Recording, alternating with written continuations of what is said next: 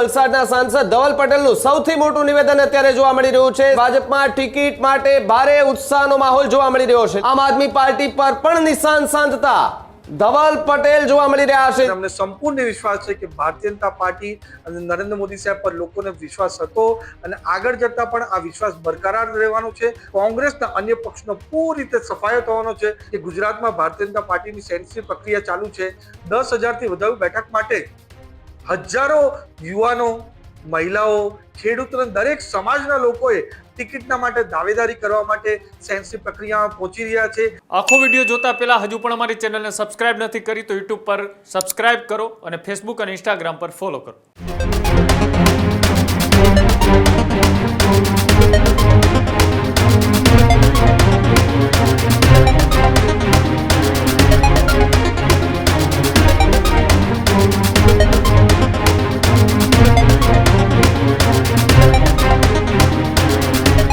સ્થાનિક સ્વરાજ્યની ચૂંટણીની જાહેરાત બાદ હવે રાજકીય ગરમાવો જોવા મળી રહ્યો છે। વલસાડના સાંસદ ધવલ પટેલનું સૌથી મોટું નિવેદન અત્યારે જોવા મળી રહ્યું છે। સેન્સ પ્રક્રિયા માટે લાંબી લાઈનો પણ જોવા મળી રહી છે, ત્યારે ભાજપમાં ટિકિટ માટે ભારે ઉત્સાહનો માહોલ જોવા મળી રહ્યો છે। લગભગ અત્યાર સુધી 10,000 સીટ માટે હજારો દાવેદારો જે છે તે લાઈનમાં જોવા મળી રહ્યા છે, ત્યારે ભાજપના એ સશક્ય રીતે મેદાનમાં ઉતારશે તે પ્રકારની વાત વલસાડના સાંસદ ધવલ પટેલ કરતા જોવા મળ્યા।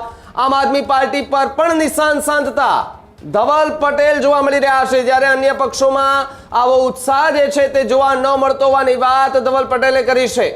ભાજપના કામ પર લોકોને વિશ્વાસ છે તે પ્રકારની વાત પણ ધવલ પટેલે કરી છે। ગત ચૂંટણીમાં સુરતમાં જે કોંગ્રેસનો સફાયો થયો હતો એ જ રીતે આ વખતે પણ સફાયો જે છે તે થઈ જશે અને ભાજપ બહુમતી સાથે જીતીને આવશે તે પ્રકારનો દાવો ધવલ પટેલે કર્યો છે। આ વખતે પણ ભાજપ મજબૂત સ્થિતિમાં ચૂંટણી લડવા માટે તૈયાર છે તે પ્રકારની વાત પણ ધવલ પટેલે કરી છે।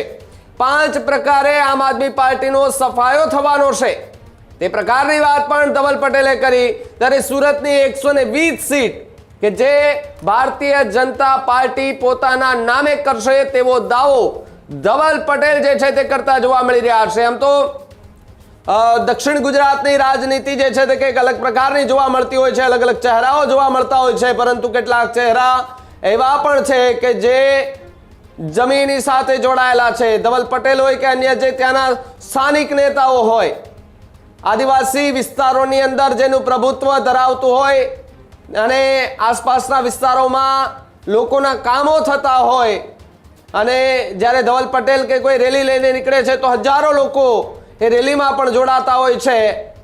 અને સ્થાનિક સ્વરાજ્યની જે ચૂંટણી આવી છે, પડઘમ વાગી ગયા છે ને બસ હવે થોડાક જ દિવસોમાં ચૂંટણી જે છે તે આવી જવાની છે।